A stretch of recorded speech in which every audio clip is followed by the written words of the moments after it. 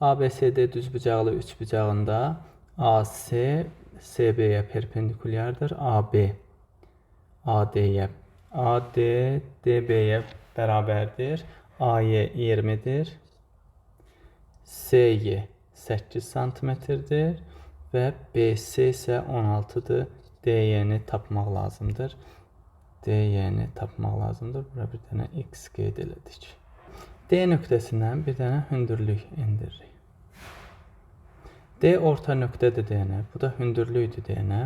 Yəni bu ikisi bir-birinə paralel oldu artıq. Paralel oldudsa bu orta xətt olacaq. Orta xətt BC-nin yarısına, yəni 8 santimetrə bərabər olacaq. Və bu orta xətt olduğundan bu 28'i 2 bərabər hissəyə bölüb deyənə. Bax, AC bütövlükdə 28'dir. Orta xətti deyənə 2 bərabər hissəyə bölüb. Yəni bura olub 14. Sağ tərəfdə, yəni bax bu hissədə olmalıdır 14.